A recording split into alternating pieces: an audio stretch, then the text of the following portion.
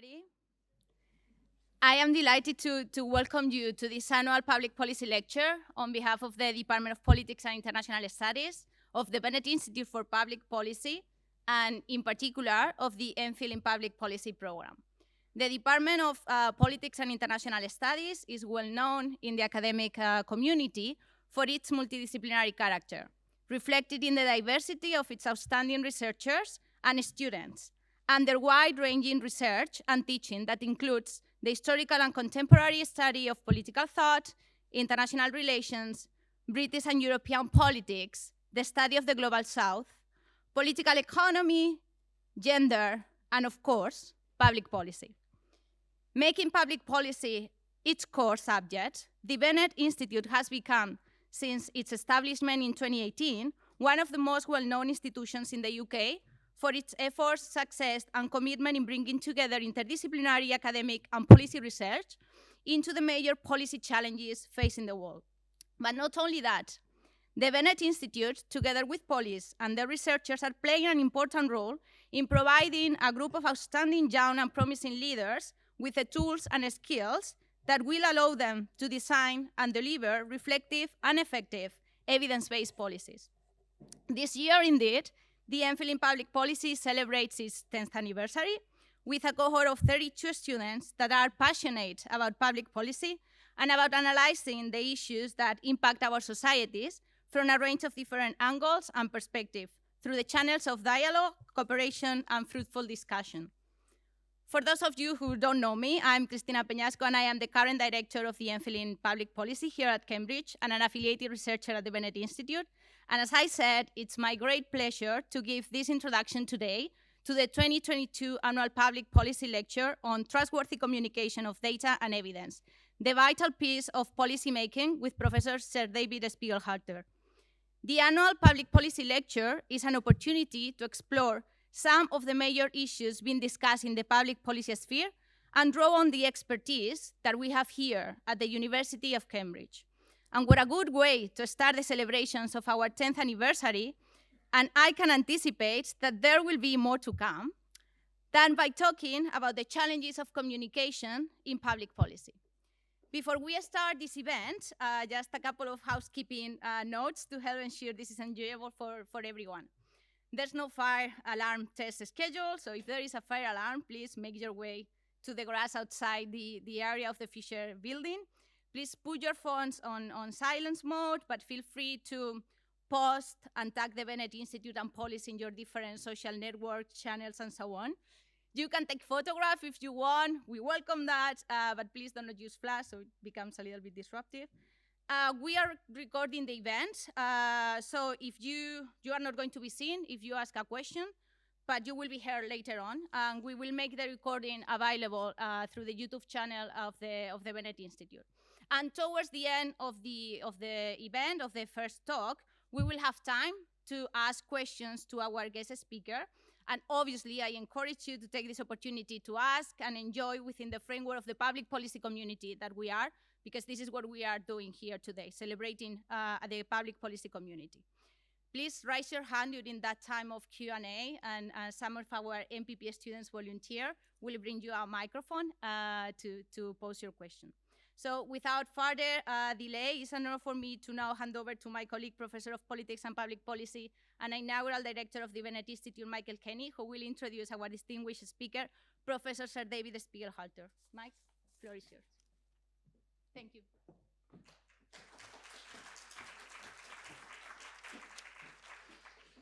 Thank you, and thank you for Cristina, especially for doing the housekeeping bits, which I hate doing, so there we are. I've got the nicer part of the gig. So I'm really delighted to introduce this year's public policy lecturer, who, as you know, is Professor Sir David Spiegelhalter.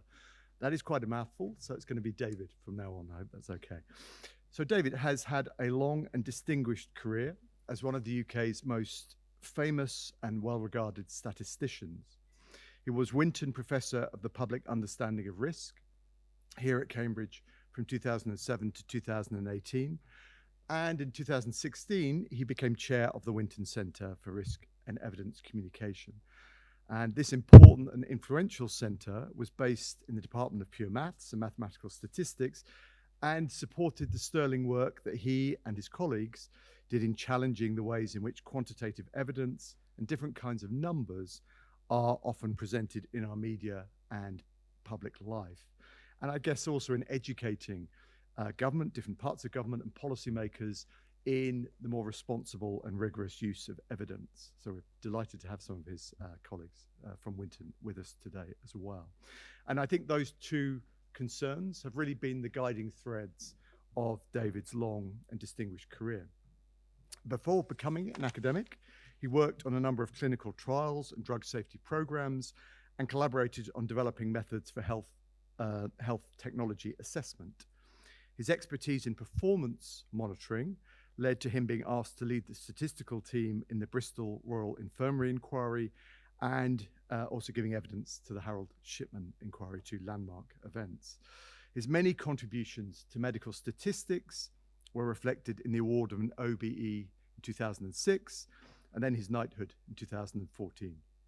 And simply put, over the course of his career, he has become one of the world's most widely cited statisticians. Now, David was undoubtedly well known even before the COVID-19 pandemic struck. But as many of you will know, he became really very prominent during the course of that very difficult extended period, where he deployed his statistical expertise and communication skills to challenge a number of misconceptions and frankly quite a lot of fake news about the virus and subsequent vaccination programs.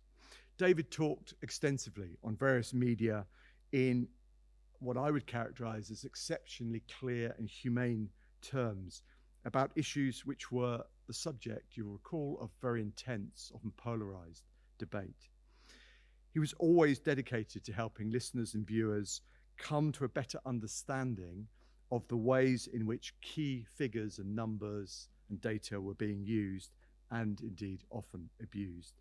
And I remember well during that period often coming across David on radio programs or articles by him, and he just struck me as somebody who was almost a one-man antidote to some of the worst aspects of our political culture. David's been a good friend to the public policy community here, to the Bennett Institute, and also to the MPhil program. And I think you've actually done some sessions with our students over the years. When we teach our students, a number of whom are here tonight, we, as they know well, we stress, probably to the point of repetition, the importance of using evidence wisely and proportionately and well. We talk to them a lot about the uses and abuses of data in making and developing policy and presenting policy arguments. What we also promote heavily is the idea that public policy has a strongly ethical dimension. There are ethical considerations always when you are advising policymakers or making decisions and indeed implementing policy. And we stress too that policymakers need to be mindful of the humans, the people who are affected by the decisions that we make or indeed that we don't make. Now, it strikes me that David, in many ways, just exemplifies all of those different characteristics. They're the things that we have been trying to get across to our students for, as Cristina says, 10 years. And it seems to me that we could not have a better speaker to embody them. So, David, thank you very much for agreeing to do this lecture, and over to you.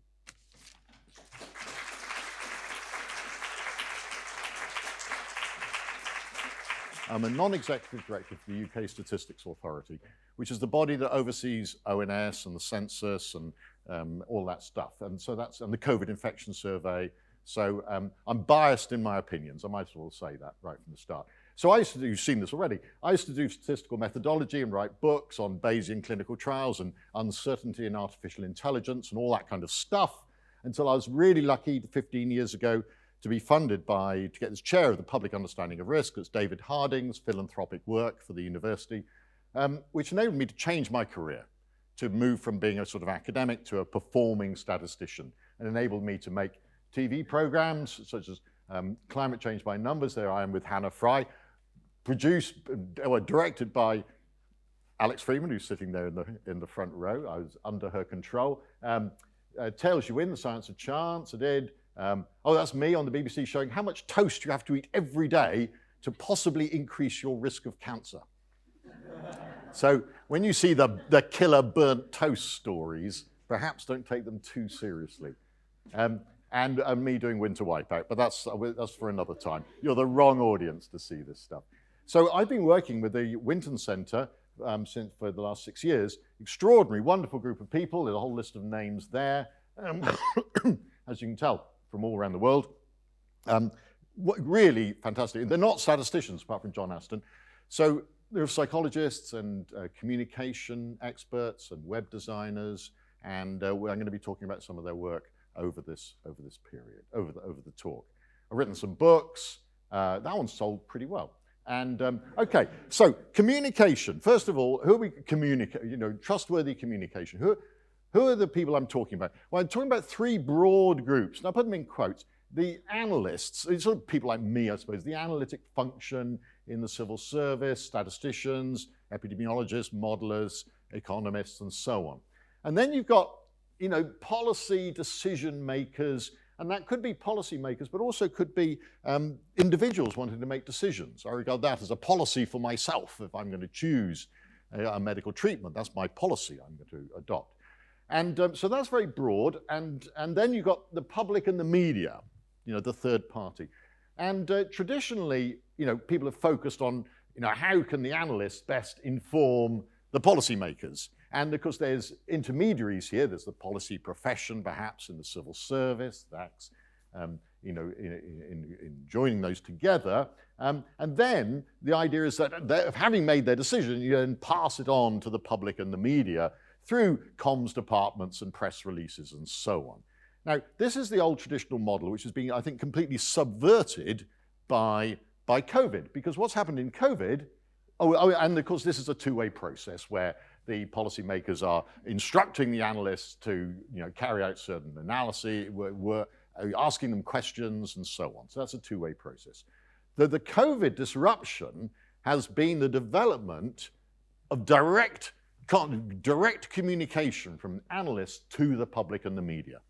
And we've seen some of that before, but that has exploded. And that has got no intermediaries there. There's no comms department, there's no special advisors doing this stuff, but they're doing it directly.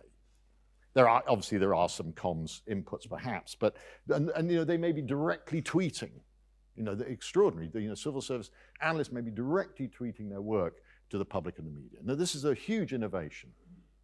I should, of course, say that, oh, I've forgotten my props. I've got to run down. I've got to get my props, otherwise I won't be able to get a laugh. I've got my props in my, always some props. Never indirect. I'm going to get them out. So the other thing I should say, of course, is that communication is always a two-way process, and that there's actually should be communication backwards from the public and the media to those people with the expertise. And therefore, why I say that is that here's the merchandise here. I'll be selling this outside. Hang on, where I've got it. Oh yes, here we are. Because the first rule of communication is to shut up and listen. And that's the second rule as well. So the communication is always, the audience is important. You have to listen to the audience. We'll come back to that later. So I'm going to be talking really about this whole triangle and what's been going on in those gaps.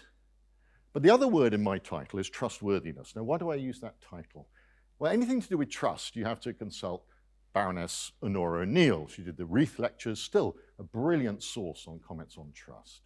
And so Honora O'Neill, a philosopher of Kant, she's a brilliant philosopher, and she's, I regard her as a sort of jobbing philosopher. She rolls her sleeves up, comes up with really pithy summaries of sound, ethical approaches to work, and then, you know, delivers them as sound bites almost. Her TED Talk is brilliant, 9 minutes.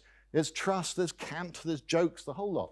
Really worth watching. So her first insight that, and you know, I think has an enormous influence on me, is that organizations should not be trying to be trusted. And they're all trying to be trusted. We get people coming to us all the time. How can you make people make us trust us? Everyone wants to be trusted all the time. And she says, that's wrong. You got that, that's completely, you got it the wrong way around. What you should be trying to do is to demonstrate trustworthiness. I've never read any Kant, but duty ethics and all that stuff, it's a duty to be trustworthy. You shouldn't be trusted if you're not trustworthy, so get on with it first and earn it, and then trust might be offered up to you. So don't work out how to manipulate the audience into trusting you, just be trustworthy. And think, whoa, that's pretty simple. And it comes back to these basic ethical issues that should underlie our behavior. So I think that's enormously powerful. Had a huge influence. See, the philosophers had a huge influence on the official statistics system of this country, which is governed by the Code of Practice for Statistics. Pretty tedious reading, to be honest, but enormously valuable because it's the code that enables, the Office for Stats Regulation to write rude letters to Boris Johnson for telling fibs in Parliament, which they have done repeatedly. Okay, so the first pillar of the Code of Practice for Statistics in this country is trustworthiness. There's also quality and value. It's the TQV structure. Official statistics in this country are governed by the TQV structure, and the T is trustworthiness. So every effort should go into this. Okay. I'd like to start at essentially, with that in mind, demonstrating trustworthiness. I'd like to start with that first branch, the new branch, the fun stuff. Things like this. This is the dashboard, the current state, because it's only updated every week. A direct communication from UK Health Security Agency to the public. When it was being updated at 4 o'clock every day, there had about 1 million hits immediately. And these are just the public, the extraordinary interest in this. And you can see various things going on, admissions going down at the moment, deaths going down, positive tests have been rumbling around, but of course this isn't hardly anyone's testing now, so that's not a very meaningful quantity, except the trend might be useful, and so on. So that is only updated every week now, and so hasn't got that immediate interest that it had during the pandemic, but it was an extraordinarily important thing to the population of this country. The one you might not know so much about, which is a shame, is that ONS, my body, my group, have got their own dashboard. Which actually broadens out way beyond just those immediate measures that the health security agents are reporting. So we've got stuff on vaccines, antibodies, lifestyles we've got in there as well. So all these things, you can click on these and it leads you to more data and so on.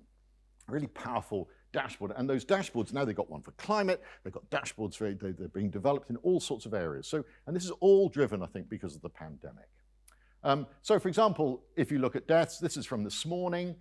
This is the latest one on deaths in this country since the pandemic began. And I could give a whole talk just on that graph. The blue are deaths with COVID on the death certificate. The black are the 5-year average. You might consider that a rough idea of expected deaths. Green are non-COVID deaths. Okay, a quiz for the class. What have we got here? First wave, staggering excess mortality. Look at that, those greens. Excess non-COVID mortality. What were they? Any suggestions? Yeah, they were COVID. Pretty well, definitely. People were in care homes, were dying of COVID. Doctor, under new regulations, didn't have to see them or even had to see them recently. They were completing the death certificate by description over the phone, and they weren't being tested. No one was being tested. So these are almost certainly COVID.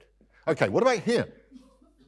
Why are these blue ones, where are the missing green ones there? Why is there a huge deficit in non-COVID deaths in the second wave? 2 reasons.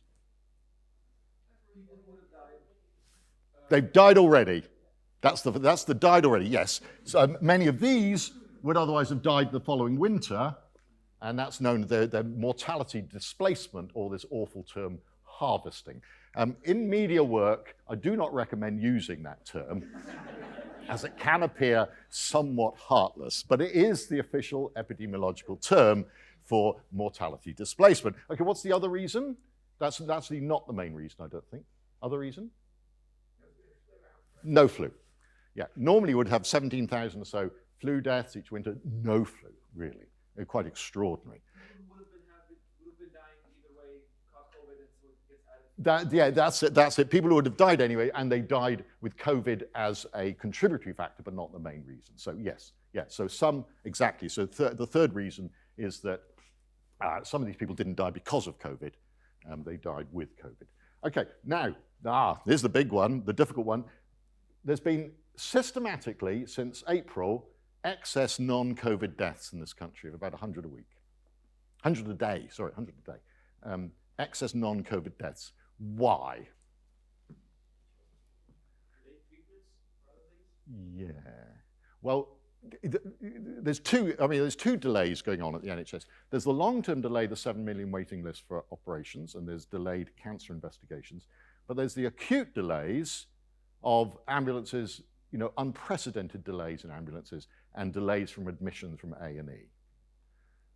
It looks like this is more, but this is still, I haven't got a definitive answer. It looks like this is more the acute A&E delays, which we know are linked to increased hospital mortality, because there's not a big sign of it, for example, increased cancer deaths yet. That has not started kicking in, but it will happen, it will happen. So this is something to really watch. Anyway, okay, finish the quiz. This is interesting. I'm going to say this is interesting. COVID infection survey. It was the unprecedented, envy of the world, an actual representative survey of the population has been carried on since April 2020. Very expensive. It's digital now. I'm chair of the advisory board. Huge conflict of interest, but it's wonderful. Now, this is quite. So these are interesting. These are in each age group people who've got antibodies. Now, the blue level of antibodies. So I'm in this group. This is the blue level. This is, a fairly low level of antibodies, but clearly had some exposure to COVID. But look at the waning. Look at the waning last summer. It's from spring to summer last year, as this group, my group, lost their immunity, any immunity. And then this is the booster. Amazing. You could see why they emphasized the booster program, because they could just see people like me, poor little vulnerable people like me, losing their immunity. This is a much higher level of immunity, it's a higher level of antibodies. Now, since then, we got these incredible high level of antibodies, partly because nearly everyone's had it. And so it's a mixture of vaccine and having had it. But we can still see that among the serious immunity, these people, most of these will have been vaccinated, but a lot will have had it. Some decline in the higher levels of immunity in each of these age groups. What's interesting are the kids, because these have not been vaccinated. Very few of these have been vaccinated in the UK. But look at the primary school kids, from 20% in November, end of last year, up to 75% with antibodies. So they've all caught it. So essentially now 3/4 of primary school kids have had COVID, the majority of them in the last year. And so for the same for other older kids, most of them had caught it already, and then 93% of 12 to 15-year-olds have antibodies to COVID. So there's extraordinary immunity building up in the population, unlike China. So, so this data is extraordinarily valuable to monitor what's going on in the population, and fortunately will continue. But this again is being directly communicated. It's very policy relevant. It's going to the policymakers on their desks immediately, but it's also going straight out to the public and to the media, which is an extraordinary thing. So Honora Neal also says stuff about information, intelligent transparency. Office for Stats Regulation talks a lot about intelligent transparency for information. Again, she's great at the bullet points. She's great at the sound bites. And these are other principles that we try to work with all the time, that the data, if you're going to give data out, like I've shown, it's got to be accessible. People have got to be able to find it. And that's not so difficult now. Look at these dashboards. People know where it is. It's extraordinarily powerful. It's got to be intelligible. People have got to understand it. And that's got a lot better. The graphs have got a lot better. The wording's got a lot better. And people are listening to make sure and checking people can understand it. And there's the other thing, is you've got to be usable. It's got to answer the audience's concerns. You've got to listen to the audience. What are they actually worried about? What do they really want to know? And then the final one, which I think is brilliant, she says it's got to be accessible. All those numbers put up there, somebody should be able to check the workings. They should be able to find out the methods. They should be able to check the quality. They should be able to look under the bonnet and find out where they came from, if necessary. Most won't want to, but it has to be there if people want to look. That's really powerful, I think. That, so you've got to open up, people have got to be able to lift the bonnet if they want to. So again, these are really important points. But of course, it doesn't always work. I think, put it out there, put the data out there, but then what happens? Deaths, these are the deaths reported on the dashboard by the date of death. These are the deaths reported on the dashboard by the number reported each day. So these are the numbers we heard on the news every day. Look at that pattern. It looks like a set of broken teeth. That's because hospitals don't do returns on Saturdays and Sundays. So on Sundays and Mondays, the counts are very low. And then they rocket up on Tuesdays and Wednesdays. And we knew that. We knew that right from the beginning. And everybody working in the trade knew that you couldn't trust these daily figures. But what do we get from the Evening Standard? COVID deaths soar to 146 in deadliest day since March. UK COVID deaths soar to 262. Coronavirus soar to 170. So what do we learn from that? They need a new sub-editor. That's what the first thing you learn. And the other thing you find out is that those are all on Tuesdays. This is really awful, awful misinterpretation of the data. And of course, it doesn't stop there. I was involved partly in has been a communication disaster, which is, with the best of intentions, the presentation from UK Health Security Agency of deaths by vaccination status. So that we find out right back from June 2021, it was clear that the majority of COVID deaths were in the vaccinated group. So here's deaths among not vaccinated people from COVID, and here's deaths among people with 2 doses 2 weeks ago down there. And these numbers in the older age groups hugely outnumber the deaths in the unvaccinated group. Now, we tried to explain this. We wrote a whole article, why most people who now die with COVID in England have had a vaccination. It's not a bad sign. It's exactly what you would expect.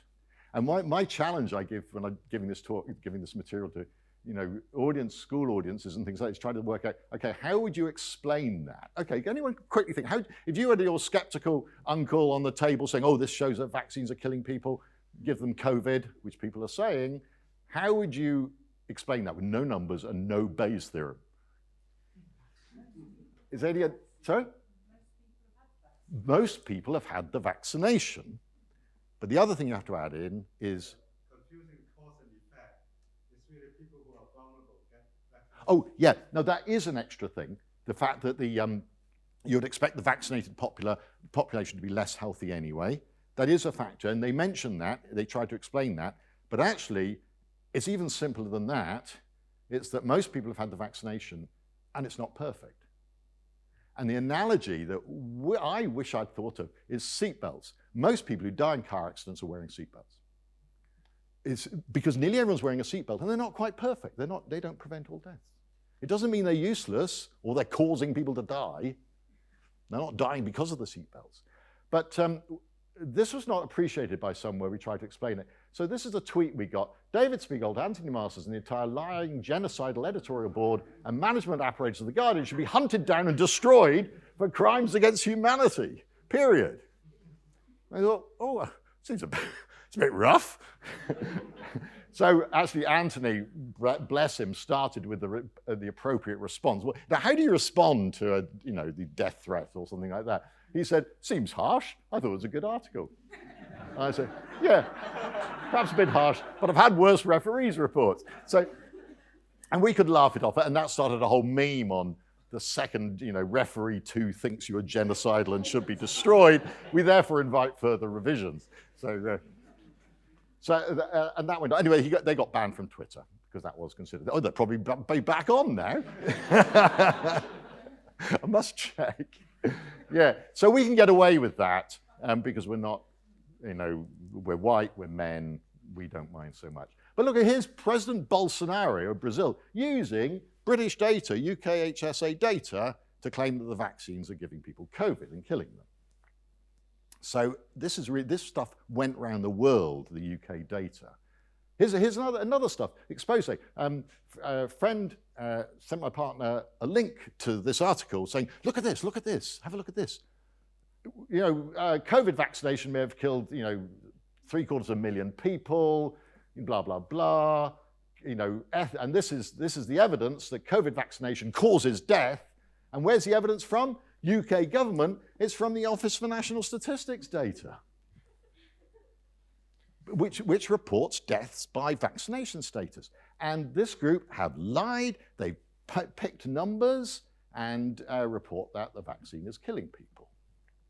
But it's all UK data, that entire basis. This is all going around the world based on misuse of public, because the data is out there being published. Now, I don't think that's a reason for not putting it out there. It does show that you have to try to preempt some of this stuff.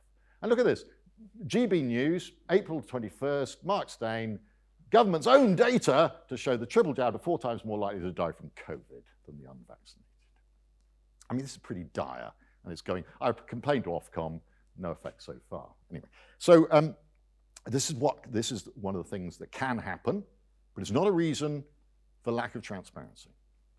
Okay, now what about policymakers communicating to the media and the public? The traditional comms-based thing, the stuff that we're used to seeing, coming out of that, those briefings, is not always great.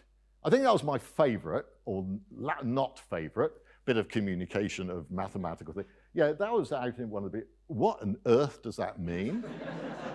I mean, it's sort of pseudo, or that graph. I never understood that. What's the axis, vertical axis, R equals 1? Yeah, anyway, it meant something or other. Somebody thought that this was be impress people. In terms of graphs, I think this is still the worst one I've seen. This one is it's in that document. I don't even know whether that's a log scale or not. You know, they don't tell you. It's sort of knocked up on Excel because a colleague of mine did it just to show what had been done. Awful, awful stuff. So this is what can happen. It's not always that bad, but I hope this will work. This is me ranting on about the public communication of statistics. Let's see if this will work. No sound. Can I get the sound? Do I have to do anything? Sorry, we forgot. I didn't test this. I should have tested it. Can I try again? They're now very familiar with these daily press briefings. How well are they working, do you think? Well, I watched yesterday's, and frankly, I found it completely embarrassing. We get told lots of big numbers, imprecise numbers of tests being done, 96,878. Well, that's not how many were done yesterday. It includes people that were posted out, tests that were posted out. We're told 31,587 people have died. No, they haven't. It's far more than that. So I think this is, actually not trustworthy communication of statistics. And it's such a missed opportunity. There's the public out there who are broadly very supportive of the measures. They're hungry for details, for facts, for genuine information. And yet they get fed this, what I call number theatre, which seems to be coordinated really much more by, a number 10 communications team, rather than genuinely trying to inform people about what's going on. I just wish that the data was being brought together and presented by people who really knew its strengths and limitations and could treat the audience with some respect. Yeah, okay, so that was my rant. I got a lot of feedback from that, mainly asking, what's that thing doing hanging in the light bulb? What's the good doing in the light bulb? And why have you got a fork behind it? It's my wonderful words of wisdom, and that's what people pick on. Anyway, it was great. 1.7 million views on, it shows if you have a rant, people love it. 1.7 million is on YouTube, and I got on Gogglebox with that. So that was pretty good. So must be a success. So I didn't do many rants, but I was so incensed by this just rattling off big numbers to impress people rather than trying to do it properly. So what I'd like to do now is just talk about how to do it properly. Isn't that cool? So we wrote, a gang from our centre, wrote a short article in Nature, which I still think is very good, where we tried to do like a Nora Neal. We've got to get it down to 5 bullet points. Yeah. So we got down 5 bullet points that are really important things, and the text seems to have gone a bit strange here. Anyway, so the first one is we should be seeking to inform rather than persuade or manipulate people. The second is to be balanced, not a false balance, not, climate change, yes or no. You got to just see both sides of the argument, the winners, the losers, the benefits and harms. You've got to be upfront about the uncertainties. You've got to, if the evidence isn't great, you've got to acknowledge it. And that says, a pre-bunk or a preempt misunderstanding. So pre-bunk misinformation. So I'm sorry that's gone off. I don't know what happened to the slide. But those are our 5 points which we now watch for. And that's been sort of constructed into what's called the PROVE framework. So we had a chance to demonstrate that, particularly with John Aston and Alex Freeman, last April when Jonathan Van Tam and the people at MHRI got hold of us because on the Monday, because on the Wednesday, they were going to have a public briefing about the AstraZeneca vaccine and the blood clots that were a big concern. In Europe, remember, they're stopping AstraZeneca in various places, and Macron saying it shouldn't be given to old people and all that sort of stuff. So we worked extremely hard. John and I doing modeling, the data, we got sent some data, Alex producing the graphic, and we ended up producing a series of graphics like this, because the whole point is that there's lots of variables that contribute to the benefits and harms. The first thing, though, is to note that the benefits of the vaccine and the harms of vaccine are given equal emotional status. The font is the same size, the color have got equal sort of strengths, not that one is, they're given the same status, potential harms, potential benefits, which I think, I don't like risks, I like potential benefits and harms is the best phrase I think to use. These are the blood clots. You notice the risk of those per 100,000 people go down as you get older. They go up as you get younger. I'm in this group down here. These are the benefits in terms of the reduction in admissions to intensive care over the next 4 weeks. And those go up hugely, very steeply as you get older. So what do we see is that for people like me, it's a pretty no-brainer in terms of the benefit harms. But as you get younger, it becomes less and less obvious. And then when you get to under 30, well, they seem rather equally balanced. And so we prepared that, and I discussed this with Jonathan in the morning. You know, he's a very trusted, great communicator. He immediately got it, and then we sat down in front of the television, and I was slightly surprised. He used the graphics straight away. I thought, God, that's too complicated to show to a prime time, really interested public audience. But he did it, and he took people through it slowly, doing exactly what I'd been ranting on about, treating them with respect, talking about the evidence, about the benefits and harms. And so he went through this in detail. Extraordinary performance, very impressive. If you look at the high exposure risk, this is, because that previous one was when there's very little COVID around. If there's quite a lot of COVID around, like at the peak of the second wave, the harms of the vaccine stay the same, but the benefits go through the roof, particularly for older people. So the point is that this balance depends crucially on how much virus is around. If there's no virus, you don't need the vaccine. There's a lot of it, stick it in me. So it's, there's a sensitivity there. So this was, I think it was a great success, partly because there was no pushback afterwards. No accusations of, oh, there's killer vaccine or U-turn or any of these things. It was just, it said, thank you very much. Thank you for explaining it to us. Fine, we don't give it to the under 30s. And then later on, they said it shouldn't go to the under 40s. For the Sun, I'm not sure I like that headline particularly, but they thought this was a really good performance. And even more impressive, and I've stolen a lot of these slides from my colleagues, was that format then got stolen by everybody. All around the world, the European Medicines Agency, there's stuff from CDC there, there's in Italian, they're just stealing that format of the benefits and harms. It's immensely powerful because there's a lot of information there. It shows the importance of the age stratification, that's totally different depending on your age and so on. So this one I think was a real sort of success in how to do it. And it's something we try to follow up on. Now I'd like to just talk about some work that I recently heard. This has just been accepted for publication. Transparent communication of evidence does not undermine public trust in evidence.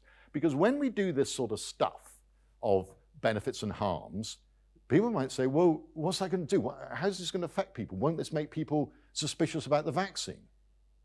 And to be honest, I've got to say this, I reckon the reason those graphics went straight onto the BBC was because comms didn't have a chance to get at them. We sent them in the morning, and they had to, and I think they used them because I don't think that a comms department would have let those through. And maybe they would, maybe I'm wrong, but I don't think they would have. I think they got, you've got to say vaccines are safe and effective, and awful phrases like that. I think it's really bad. So, but we can only say that we should be using this framework if it's not actually going to cause harm. So what we've been doing, what this team has been doing, Claudia and Alex are in the audience here, and they'll be very happy to answer questions about this, I'm sure, over a drink afterwards. This is the most extraordinarily wonderful study I think I know. The point is that patient participants were randomized to see either a persuasive or a balanced message. One is about COVID vaccines or nuclear power. And this is between persons, so each person only saw one. So it's not like they saw two and could compare them. Each person only saw one. And the persuasive one was written in the standard, press release style, safe and effective and so on. And the others was, the balanced one was written in, actually with benefits and harms and everything about both nuclear power and vaccines. And people could tell the difference. These two different representations were clearly different. So this is, the people, when they were asked, was the information one-sided or balanced, the group that got the balanced one could see that it was more balanced or one-sided. And was it trying to inform or persuade you? They could tell the difference between all these things. So people were aware, and they couldn't compare them. This is just a between subject study. They could identify the key differences in the messages. So what happens? And then, of course, they were showing these messages and asked, how much do you consider this as a trustworthy information? What happens? There are two formats. This is vaccines, information trustworthiness on a scale. People who were initially in favor of the vaccines felt favorably towards the vaccines, no effect between the formats. No difference between the formats. If you're favorable towards nuclear power, no difference between the formats. But people who are skeptical about the vaccines found the balanced information more trustworthy. And people who are skeptical about nuclear power found the balanced information more trustworthy. This is a staggering finding. It really is. Balanced, informative communications were considered more trustworthy among those with more skeptical views. Okay, now let's flip that and look at it another way. Another way you could frame that is that by providing manipulative, unbalanced information, the normal form of information, you are actively decreasing trust in the very people you're trying to reach. You're making it worse by not being honest, by not being balanced. And that, I think, is more, that's what this says. You are decreasing trust by choosing to do this rather than that. And these are the people you're trying to get at. Who cares about these? So I think this is an extraordinary finding. That interaction is both intuitive and this comes out of randomized studies. This is a causal relationship. So anyway, as you can tell, I just think this is extraordinary work. Now, and you can ask about them afterwards. Now, what about communicating in a crisis? Oh God, I forgot one. Oh dear. Next bit of merchandise. One, to be trusted. Be trustworthy. So what about communicating in a crisis? Now, this is quite, again, we get asked about this a lot. It's not what we particularly work in, but for all of this, I always followed John Krebs, who was head of the Food Standards Agency in the early 2000s, at a time of chaos and disaster. BSE, on his watch, he had foot and mouth, BSE, scrapey, Sudan red, everything went wrong. And he developed, because he had to do it so often, a real technique of talking about these crises. And he had 5.5 bullet points, got to remember them. The first thing is when he was, and he used this structure in all press briefings and things like that. First one is, say what we know. Just absolutely, we know this, that, and the other. And then say what we don't know. Up front, immediately, what we don't know, what we're uncertain about. Then what are we doing to find out? What extra efforts we're going to do to find out. And then, self-efficacy, what you can do in the meantime to be on the safe side. You may not want to eat lamb for the moment, if you don't choose. And people didn't eat lamb until they reduced the price and they started eating it again. So what you can do in the meantime to be on the safe side. But when I was watching, during the briefings at the early part of the crisis, I was watching, Chris Whitty and others going through this, and they were doing it very well indeed, but they didn't, I don't think, emphasize the final, most vital point of all, is that things will change. We can give advice now, it will change. This is not a U-turn. If we suddenly say there's no point in wiping all these surfaces, you should wear masks instead, this is not a U-turn, we've just found out more, and yet it took them a year, essentially, to make that change, because they just painted themselves into a corner of saying, we're right, we know best, this is the advice. So I think that humility and acknowledging the provisionality of advice is an extraordinarily powerful idea.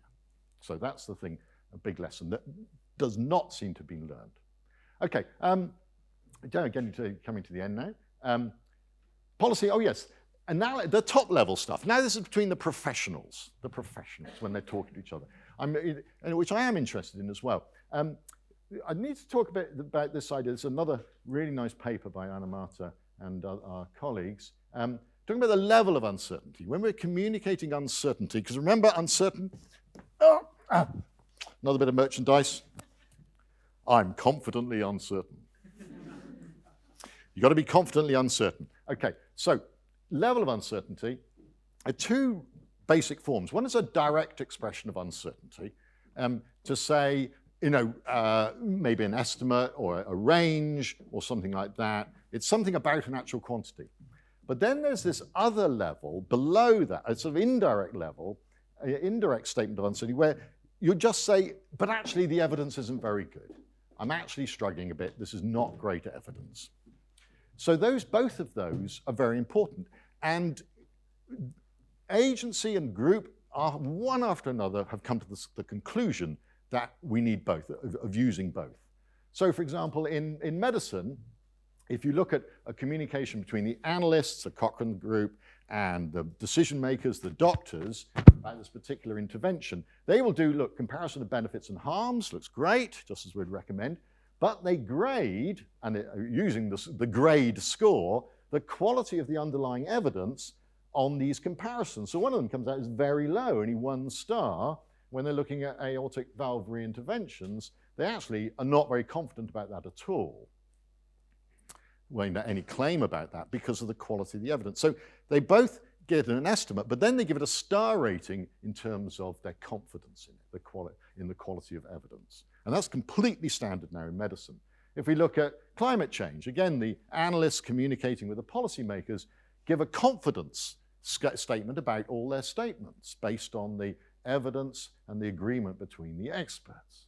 If you look at what work centers, Education Endowment Foundation have got a toolkit. You can go on the website and see things like that. Now, this is communication of the analyst to the head teachers, to the people who are making the decisions about their schools, and they go through different policies that you might adopt and score them, rank them. It's a bit like TripAdvisor. So aspiration interventions, aspire to great things. Well, it seems to cost quite a lot in their studies.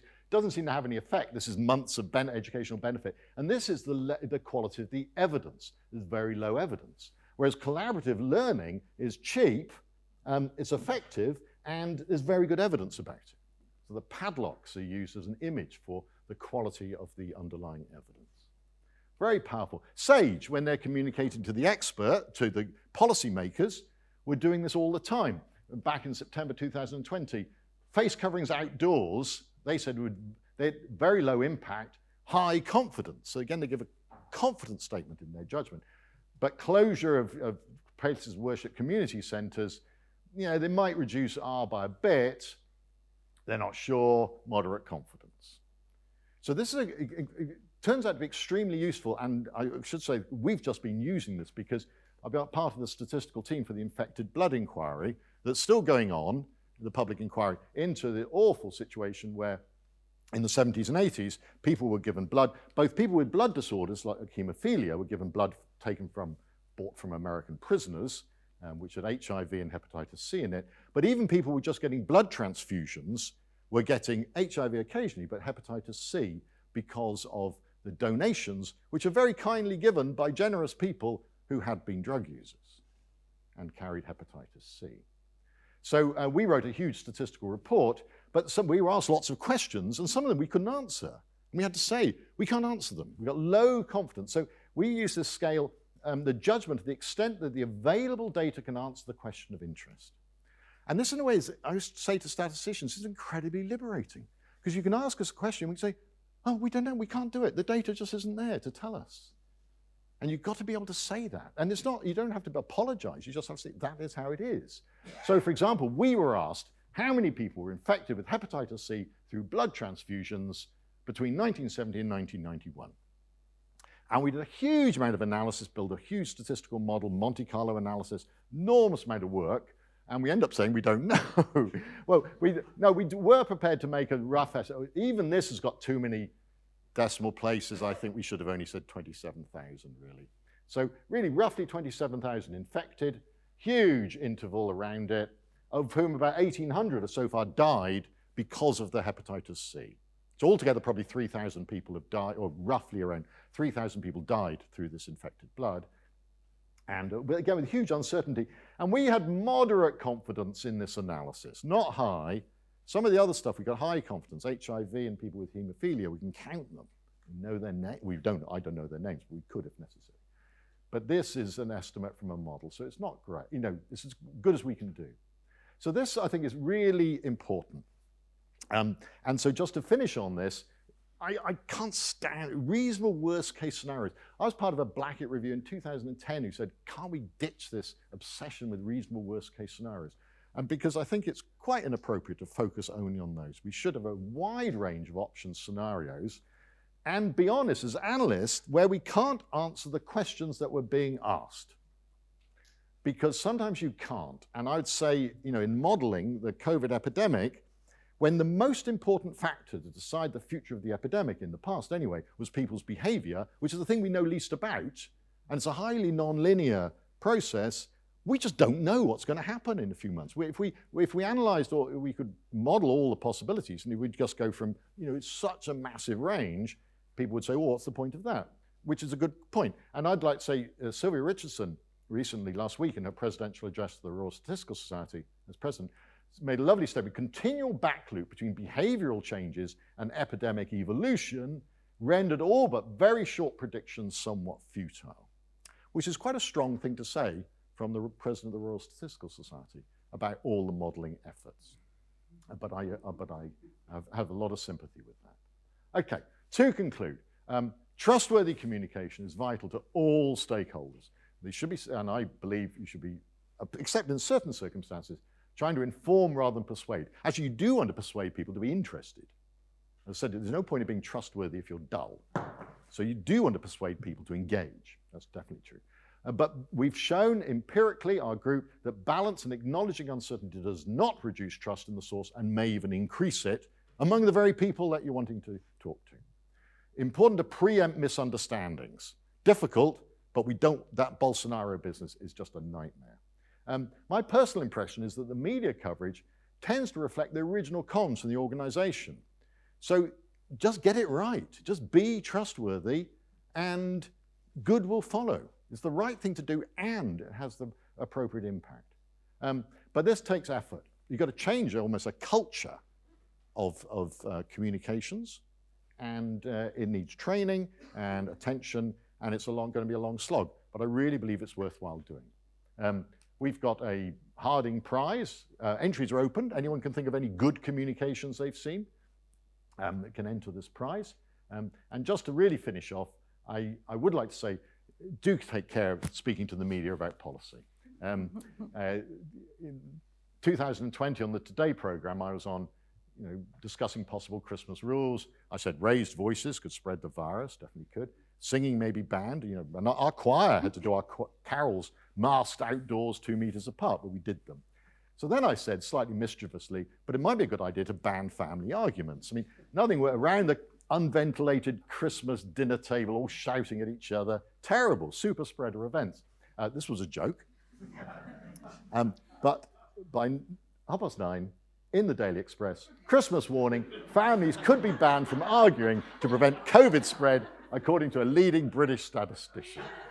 So I'd like to feel that I did one of the least trustworthy pieces of communication in the entire COVID, and I'm rather proud of it. So thank you very much indeed.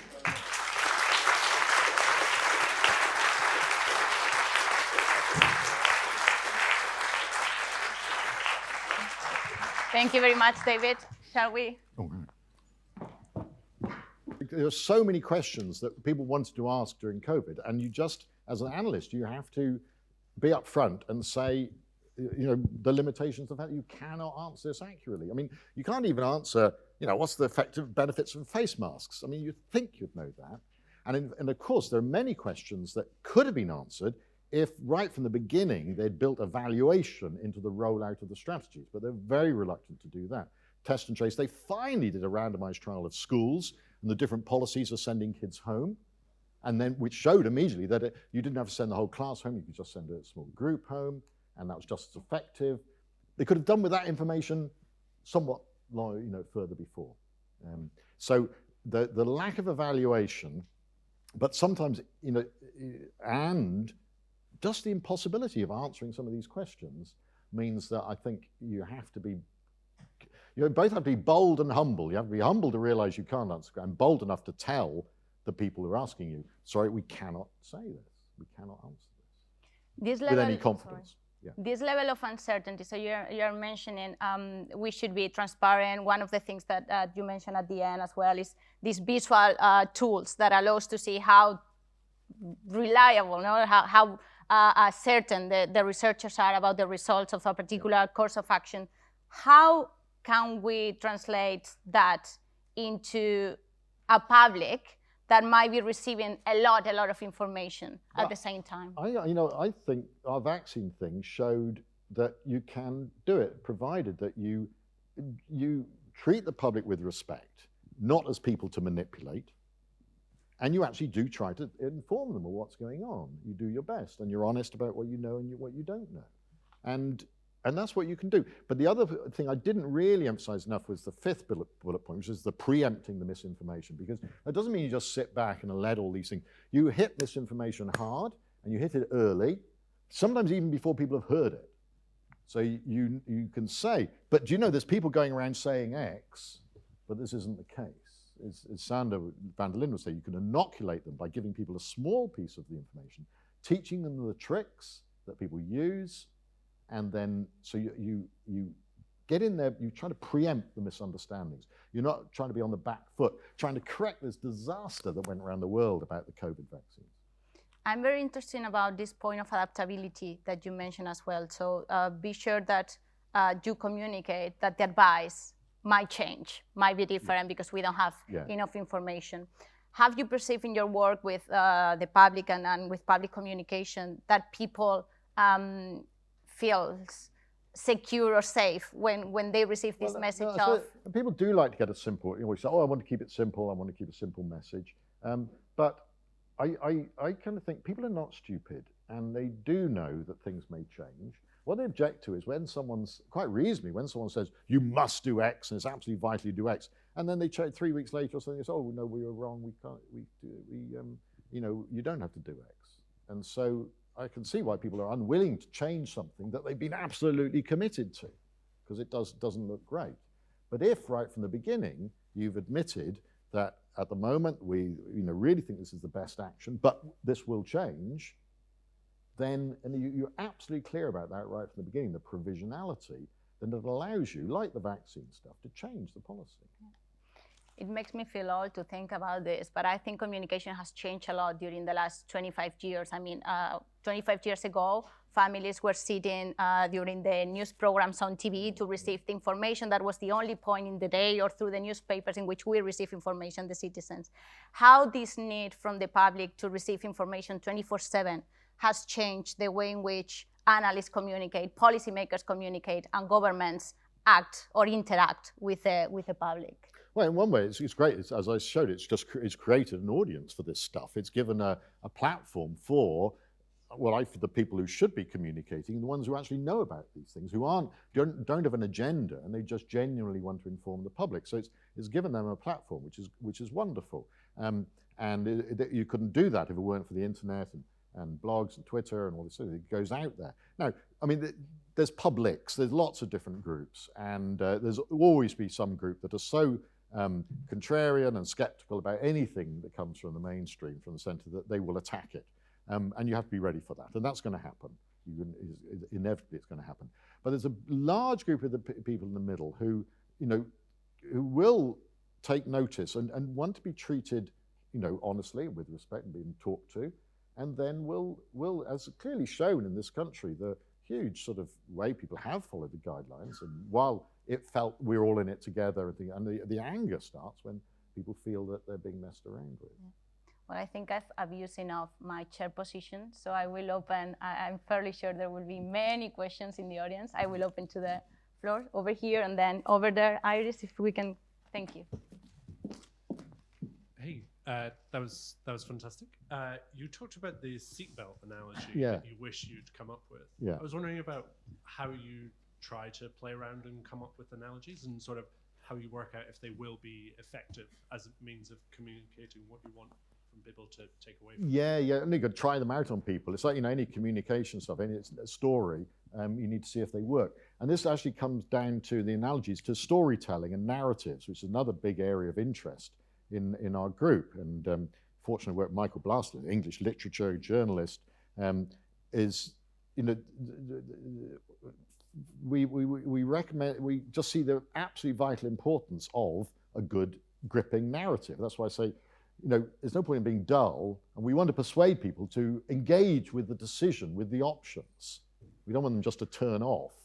And so you have to create a gripping story, but it's not a story. People normally try to construct stories that will push your emotions in one direction, to reassure you or to frighten you or to sell you something or to change your mind.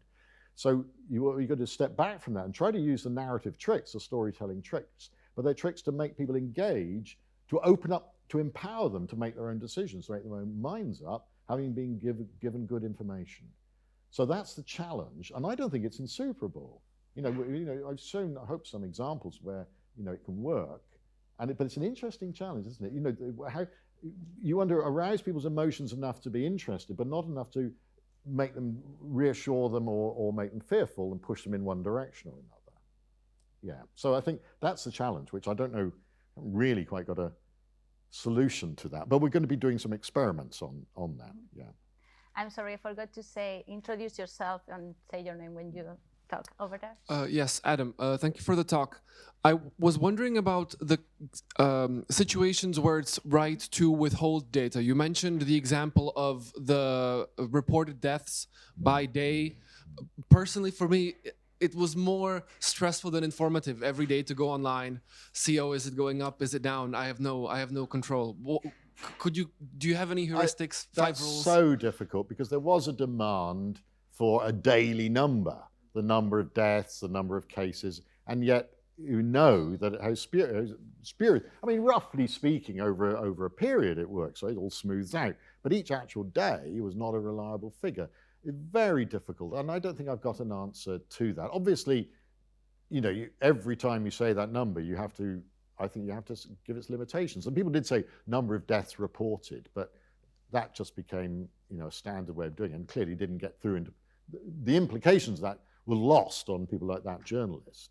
But the good coverage, on the good outlets, BBC and others as well, we're quite clear about it. We try to be clear in the limitations of that data. It depends crucially on who's doing which sort of journalist is doing the communication. If they're the specialist journalists, they got very good at this stuff, at the limitations of the data. But if it's as soon as a general journalist gets hold of it, they just see a number and don't realize the limitations it came from. The other thing is the vaccine data. Should they even have published vaccine outcomes by vaccine status when it's so easily misunderstood? And that's a really difficult problem, because I believe in transparency of getting the data out there. But no matter how often you write this data cannot be used to judge vaccine effectiveness, people are using it to say that vaccines are killing people. So I think it's quite difficult. I think the first thing is that I would have it's like on any graphic, you should have the limitations on the graphic. You don't put them underneath in text. You have it inseparable from the graphic. And similarly, I think in a table like that, when a visual comparison can produce such the wrong impression, I think the warning about it has to be massive and inseparable from the data. I think that's the only, you have to do that. But they try to put warnings in, but they're in small print at the bottom. But you would still put it online, all of the I deaths. think so. I do think so. But I suppose I just believe in getting the stuff out there and knowing that some people, I mean, for those on the expose articles, they literally picked and chose the numbers and sometimes just lied about the numbers. So there's nothing you can do about that, I don't think. Thanks. Over here, and then Irish, and then down there, and then there, and here. Yeah, thank you very much for that engaging talk. My name is Tola. I work at the Bennett Institute. So my question is about your last point on being careful when communicating to the media, right? I mean, in that example, it was quite obvious. You know, it was nuance was removed from your points, right? But in other context, it's certainly more difficult to communicate, you know, the point. You know, in this kind of context, how do you draw the line between, you know, being nuanced and being overly detailed in terms of, like, you know, being technical? Some types of evidence are more difficult to communicate in simple terms, right? Oh, I think that's, I got media training quite a lot because statisticians are naturally extremely pedantic and dull people and will describe things in great detail and use terms like statistical significance, confidence interval, and which are, you know, have to be banned from all media work. So first of all, you have to forget everything you've ever learned and change your entire language and means of expressing it. So it does take a bit of effort to work out the level of detail. But I mean, what was so encouraging in COVID was that there was a real interest in this stuff. And I loved, you know, my favorite things to do were going on Jeremy Vine, Radio 2 at 2 o'clock and getting the phone-ins of people asking questions. You know, people were genuinely interested. And that's why I think Jonathan Van Tam could get away with a very complex graph, because the audience there, they really wanted to know. And if you take people through it, you can get to a level of detail that you would not normally think you could. But you've got to avoid the jargon, and you've got to construct a good story. And he's a great storyteller to do it. So I think those are the challenges. And I don't think there's a formula for those. It's basically being, I think, sensitive to the audience. Hi, my name is Isha. I'm an MPP student here. First of all, thank you for the amazing talk, especially as someone who worked on communicating this information back in my country. Your insights were really interesting. So I had a question related to the example you said of higher absolute number of deaths between vaccinated versus unvaccinated groups. So back in Pakistan, when we communicated this information, we actually used percentages of deaths between vaccinated versus unvaccinated groups, and that made it much easier for the public to sort of digest that statistic. So I was just wondering, why do policy analysts or professionals sometimes fail to consider the perspective of the public or how they might perceive a certain number when communicating information, and what are some ways to counter that? Yeah, it's very good. But I mean, on the second point, yes, I mean, that's why I draw the arrows backwards, the dashed ones, which are the listening arrows. It's the working out, you know, what are people taking from the information that are being put out? And it's absolutely vital that communication is a two-way process. Now, in terms of the rates, yes, you'd think if you just quoted the death rate in those groups, it would be fine. It wasn't. And I didn't have time to put all that up. It wasn't for a complete, when they did the death rates were higher in the vaccinated groups because they were using rubbish data for the death rates. They were using the wrong denominators for the populations. They were using GP records of population, which grossly overestimates the population. That meant that they were overestimating the number of unvaccinated people, which meant that they were underestimating the death rate in the vaccinated people. So when they did put the rates up, and that made it even worse because they were using bad data. Now that was just, they should never have published that data. And there was numerous complaints went to them, writing letters, complaining about them using that data. So if they'd used good rate data and put those on the table, you know, with, you know, huge prominence compared with the absolute numbers, then I think that would have been fine, including the table. But they only made it worse when they used the rate data. Over there. Hi, hello. My name is Kate. I'm doing a master's in development studies, and I did my undergrad in computer science, artificial intelligence, and politics. The reason I mentioned that is because I think in the disciplines that I've explored, I've spent a fair bit of time thinking about the tyranny of the expert. And I was wondering, like, I really appreciate your talk, and I've learned so much from it. But I was wondering how you approach communication when there's a preset agenda, because it seems like, if you come into it with an agenda, either the agenda has to be very good or you have to be very good. So how do you kind of square that moral question? Yeah, I mean, I think COVID has really shown that many experts have very strong opinions and agendas about how society should run and therefore what policies there should be. This has really irritated me throughout, really irritated me a lot. And I've tried to steer clear of that and tried to stay that just talking about what is the case and explaining the numbers without saying what they mean for policy. It's not my job to say what should be done. Absolutely is completely outside my expertise and my role and my responsibility. But many scientists and experts have not considered that was outside their job and have cheerfully said, therefore we should do this. Now this isn't new. I've been complaining for years about epidemiological papers that do a bit of epidemiology and at the end of it declare what it should mean for policy, for alcohol or anything. I think, well, it's not your job. No, that's somebody else's job to say what the policy implications are. You haven't done the whole balancing that you have to do to make a policy decision. It has to take into account far more aspects than I've been talking about.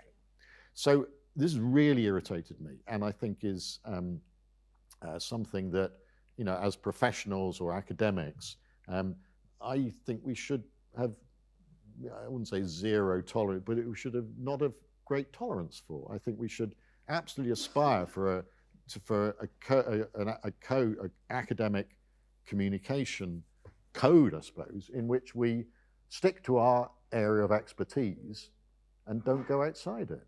Could I respond? Yeah. Oh, well, I mean, a sociologist I really like said that up until now, the intent has been to understand the world of philosophers, but maybe it should be to change it. Yeah, no, if you want to change it, that's fine. And if you want to have an agenda, and if you want to be a policy advocate, it's completely fine. It's absolutely doing it. But you should separate out that from your role as an analyst or scientist or understander of the world. And I think you should literally change hats. You should have a academic hat, which you are scientific and objective and trying to understand the world. And then you have a policy hat, which you put on, and then you say what should be done. So I'm not saying you're not allowed to do that. You should not do it, though, under the same guise. You shouldn't just move between those. This is a major, major step. And you are then representing an advocacy group or a particular policy perspective, advocacy perspective. We had 2 hands here, 1 there. I will take 1 more question in that side if there was, because I think there was a hand up, Tanya, sorry. And then I think we will have for the time that we have left. We will see over here, Aldo. Hello, Professor. I'm Aldo, a current MPP student. Considering we saw a lot of media platforms in your presentation, I was thinking, well, I'm positively uncertain about the quality of trustworthiness of most of the media panels there, but I looked at the BBC and I was wondering, in its centenary, do you think that the BBC is still the media gold standard for the publication of statistics and data? I think it did pretty well over COVID. I think the BBC did pretty well on, and I think it does a pretty good job. Other people do a good job too, but I think the BBC, partly because it's in its statutes that it's got to try to be balanced. It shouldn't have a simple, a direct agenda. And I think they tried, and I think they're extremely skillful. I mean, I would say I know the head of stats at BBC. I know the people who are doing this stuff, and I'm perpetually on the more or less and all this. So I know the people, so I'm probably biased. But I would say that other outlets, even with a fairly, if you think of the mainstream media, you can think of the difference between, say, The Guardian or the Mail and Telegraph or the Spectator and things like that. On the whole, they didn't do too badly at all with the data. Spectator, I was on Spectator TV, not because I'm a Spectator reader particularly, but because they treated the data generally with respect, and Andrew Neil was good to do that. I wouldn't go on GB News if under any circumstances whatsoever. But I do spectator and I do Times radio, but not talk radio. So, you choose your outlets of the ones who are prepared to, who do want to actually listen to, your understanding of how things are, rather than just trying to push in one direction or another. So I'm talking about the whole broadcast media, but I think the BBC did a pretty good job.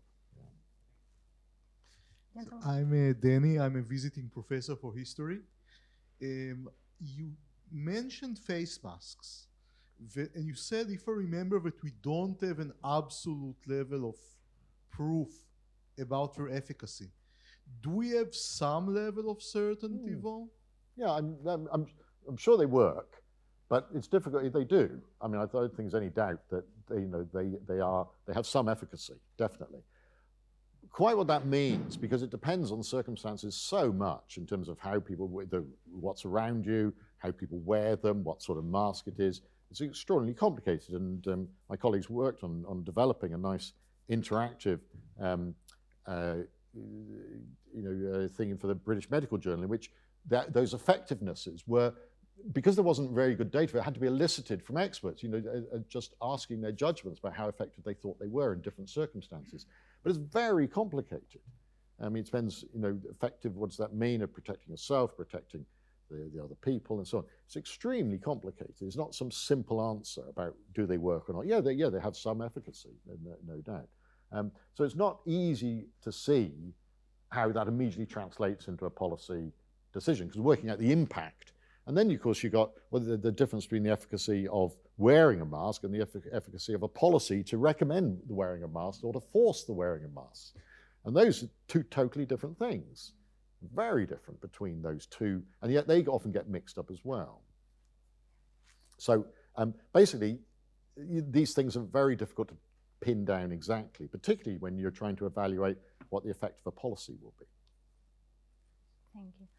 Over there. Yeah. Thanks, Professor. I'm Tanya, another MPhil in public policy student. Excuse my voice, I have a cold. I did my undergrad in journalism, so I'm curious to ask you, what are the best ways policymakers can combat fake news? Oh God, how long have you got? Oh dear, yeah. I'll read my colleague Sander van der Linden's new book, Foolproof. That's very good. Okay, there's lots of things I suppose one can do. I suppose I'm not, if it's not actually illegal, I don't think censorship is necessary. I think it's very difficult and not the main way one should go to try to actually just stop it. I think a lot of it is to do with this idea of preempting and what's called a pre-bunking or inoculation, of realizing you can't stop it, it's going to be there. And what you can do is warn people about it and try to train people to identify it and not to be taken in. So that's in terms of what might you do to the audiences. But the other thing I think you can do is, rather than, I don't think you can stop it at source. What you can do, I think, is try to influence the algorithms, the recommendation algorithms in the social media. And that, I think, is pretty disgraceful, that clearly fake stuff can just get pushed out so fast. Zoom, goes out so fast. And that, so I don't think you can stop it arising, but there's no reason why it should be accelerated exponentially through this network. So it's I think with the responsibility of the social media companies, the thing they do have control over are their recommendation algorithms. That is their input. That is what they actually construct.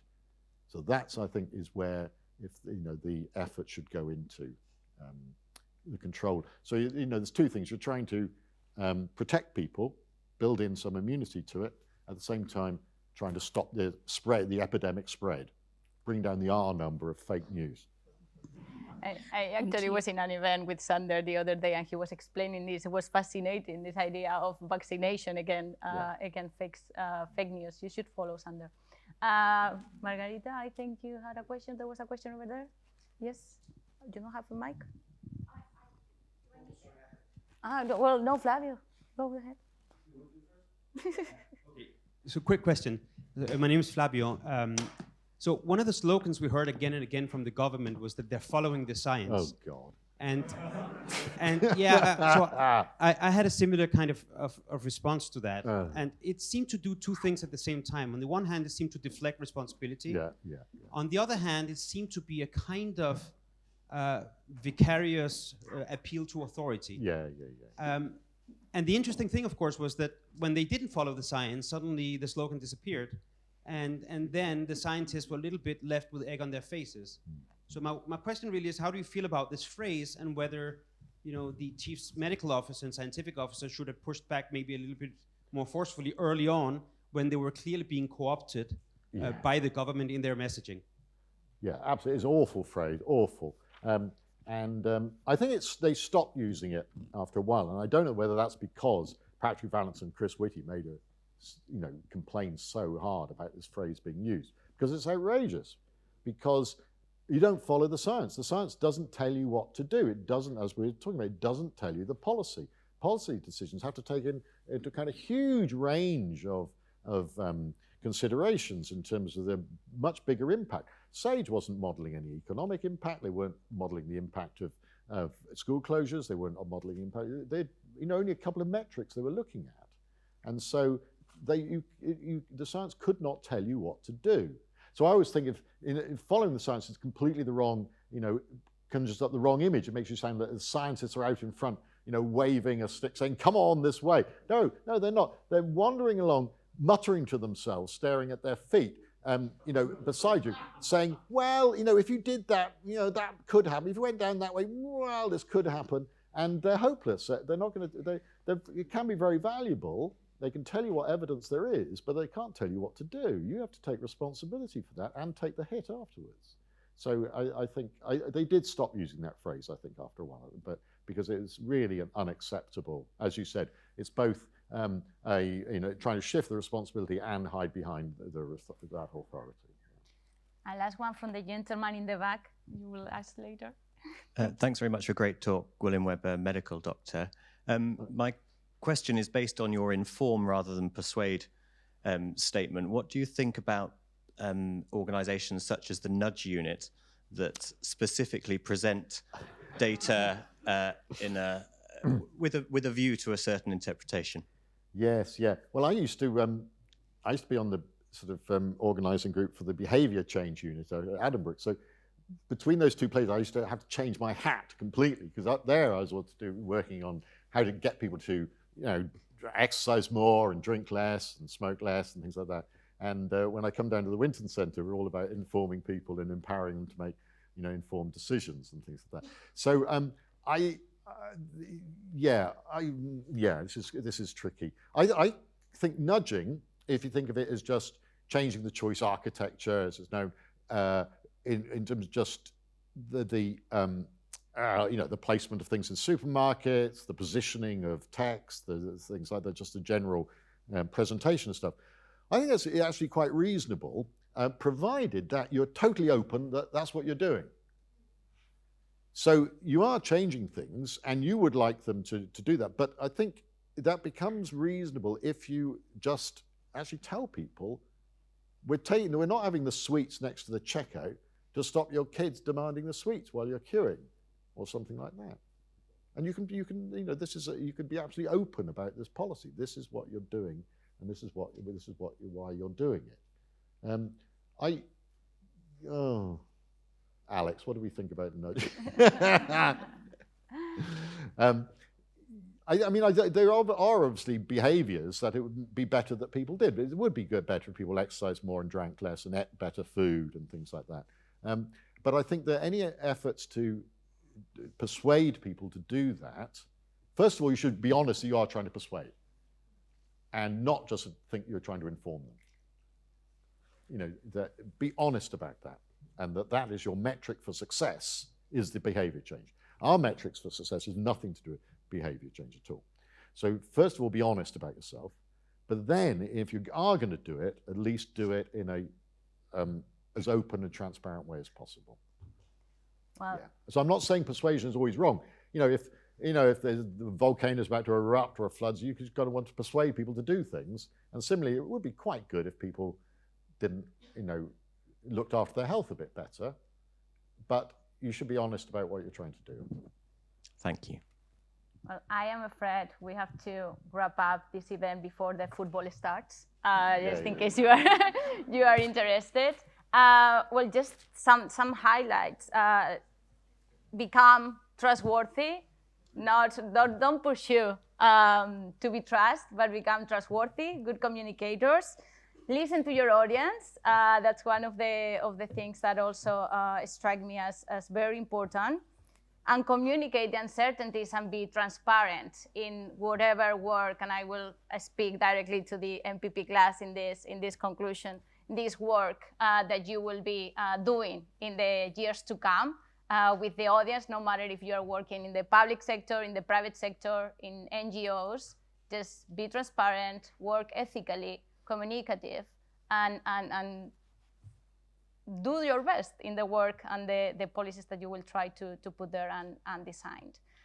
Before we close the event, I would like to inform you that we will be developing different activities around the year in the Department of Politics and International Studies, as well as in the Bennett Institute, so please keep tuned with our communication channels. I would like to thank, in particular, Matt Jefford, Rebecca Lim, and Diana Mason for making possible all the organization of this event.